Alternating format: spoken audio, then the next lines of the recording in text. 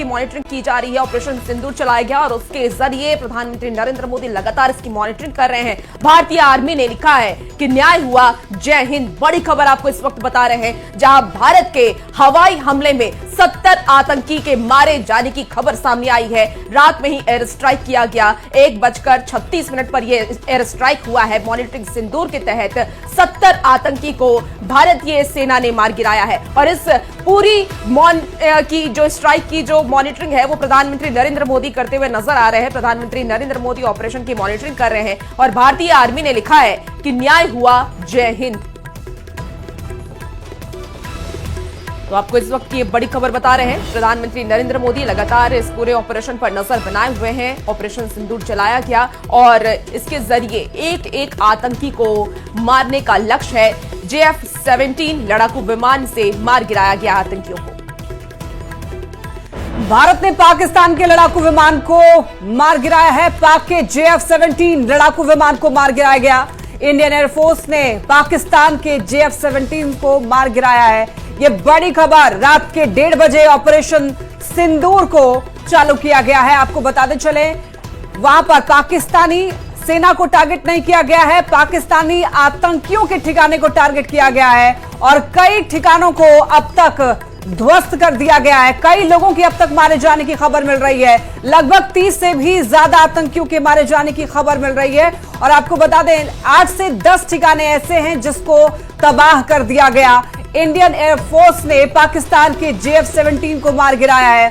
Air strike रात के 1:30 बजे ऑपरेशन सिंदूर के नाम से किया गया और इसमें जिस पूरे देशवासियों को इंतजार था कि कब कार्रवाई होगी और 15 दिन के बाद, पहलगाम अटैक के 15 दिन के बाद ये एक्शन शुरू हो गया है। तो देखिए, भारतीय फौज ने सिर्फ आतंकियों को ही निशाना बनाया है। मुजफ्फराबाद और बहावलपुर में हमला किया गया। हमले में लश्कर ताइबा का कैंप भी तबाह किया गया है। POK में लश्कर ताइबा का कैंप तबाह किया गया। लश्कर मोहम्मद का ठिकाना मिट्टी में मिला दिया गया है। तो सेना की यह बड़ी कार्रवाई हुई है। बहावलपुर में लश्कर मोहम्मद का ठिकाना था जिसे तबाह कर दिया गया है। तस्वीरें भी टीवी स्क्रीन पर आपको दिखा रहे हैं किस तरीके से। देखिए, सेना की ये ऑपरेशन सिंदूर चलाई गई और उसके जरिए लश्कर ताइबा के कैंप को तबाह किया गया है और इसमें पाकिस्तानी सेना को निशाना नहीं बनाया गया, सिर्फ आतंकियों के ठिकाने पर ही ये जो मिसाइलें हैं वो दागी गई हैं। बड़ी खबर आपको इस वक्त बता रहे हैं, मुजफ्फराबाद और बहावलपुर में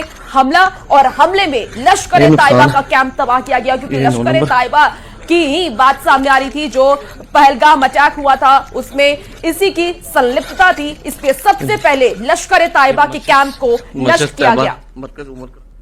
और ज्यादा जानकारी के लिए न्यूज 18 संवाददाता हमारे साथ जुड़ रहे हैं, अमित हमारे साथ जुड़ रहे हैं। अमित, देखिए, कल रात 1:30 बजे ऑपरेशन सिंदूर चला दिया गया है और आज पटना समेत कई 244 जिलों में मॉक ड्रिल भी होना है। पूरी जानकारी दीजिए। देखिए, बिल्कुल ये कार्रवाई जो है वो देर रात की गई थी और 1:47 पे बजाबता PIB की तरफ से एक प्रेस रिलीज भी जारी कर दिया गया इस पूरे हमले को लेकर के। और इस हमले में सबसे जो बड़ी बात रही, अहम बात रही कि लश्कर तैयबा जो लगातार भारत में आतंकी गतिविधियों को अंजाम देता है, उसके ठिकानों को नस्तानुबूद कर दिया गया, उसके ठिकानों को तबाह कर दिया गया। किसी भी तरह के हाथात जो है वो आम नागरिक न हो, इसका भी पूरा ख्याल रखा गया। जो पाकिस्तान आर्मी फोर्सेज है उसको किसी तरह की क्षति नहीं पहुंचाई गई।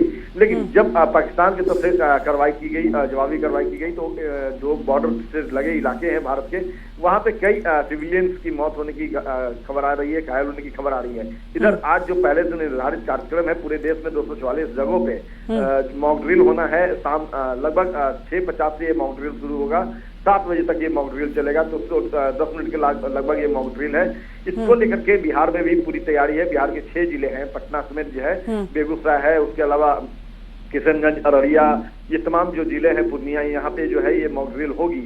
और उस दौरान जो है लोग किसी भी तरह से पैनिक ना हो, इसको लेकर के सिविल डिफेंस ने पूरी तैयारी कर ली है। कल इस बाबत जो है DGP से हमारी बात भी हुई थी, विनय कुमार से, तो उन्होंने पूरी तौर पे बात बताए थे कि MHA की तरफ से एक मीटिंग भी की गई। कल लगभग ये मीटिंग जो है वो 2 घंटे तक चली और किस तरह से मॉक ड्रिल को सफलतापूर्वक अंजाम देना है। लोगों को ये बताना है कि अगर किसी भी तरह का इमरजेंसी हालात होते हैं, क्योंकि इंडिया पाकिस्तान के बीच जो है तनातनी की स्थिति है, तो ऐसे में किसी भी तरह की अगर पैनिक स्थिति होती है, किसी तरह का जो इमरजेंसी हालात होते हैं, तो उस दौरान जो है वो पैनिक नहीं होना है। लोगों को भी अपनी सूझबूझ का परिचय देना है, और इसीलिए ये मॉक ड्रिल करके लोगों को बताया जा रहा है आज शाम में कि कैसे आप जो है सुरक्षित होइएगा। जब किसी भी तरह का इमरजेंसी हालात होंगे, युद्ध के हालात होते हैं, तो उस दौरान कैसे आप अपने आप को सुरक्षित रखिएगा, इसकी जानकारी दी जाएगी। तो कह सकते हैं कि भारत पूरी तरह से स्ट्रेटजी के तहत जो है वो न सिर्फ अपने देशवासियों को के बचाव को लेकर के काम कर रहा है, बल्कि जो नापाक इरादे रखने वाले हैं, भारत के खिलाफ आंख उठाने वाले जो आतंकी संगठन है, उनको भी सबक सिखा रहा है भारत। तो कहीं ना कहीं कह सकते हैं कि ये बेहतर रणनीति प्रधानमंत्री नरेंद्र मोदी का जो है उसका ये एक तस्वीर फिर से देखने को मिली है। इससे पहले भी जब उड़ी में हमले हुए थे तो उसका भी जवाबी कार्रवाई किया था भारतीय नौसेना ने, और भारतीय सेना ने जो है उन्होंने ये कार्रवाई की थी। और कल देर रात फिर इस तरह के जो जवाबी हमले हैं वो किए गए हैं भारत की तरफ से। तो कहीं न कहीं कह सकते हैं कि भारत सिर्फ जो है वो अब आतंक पर बोलता ही नहीं बल्कि जवाबी हमला करता है। ये नया भारत है, और ये अपनी लगातार धमक जो है वो पाकिस्तान के जो आतंकी संगठन है, बिल्कुल अमित, और देखिए ये नया भारत और इसीलिए आतंकियों को निशाना बनाया गया है। और देखिए इसी बीच एक बड़ी खबर आ रही है, आतंकी ठिकानों पर राफेल ने बरपाया है कहर। बड़ी खबर आपको बता रहे हैं, स्ट्राइक में राफेल लड़ाकू विमान का इस्तेमाल किया गया। राफेल से दागी गई है स्कैप मिसाइलें। आपको बता दें कि आर्मी और एयरफोर्स ने यह साझा ऑपरेशन किया है। ऑपरेशन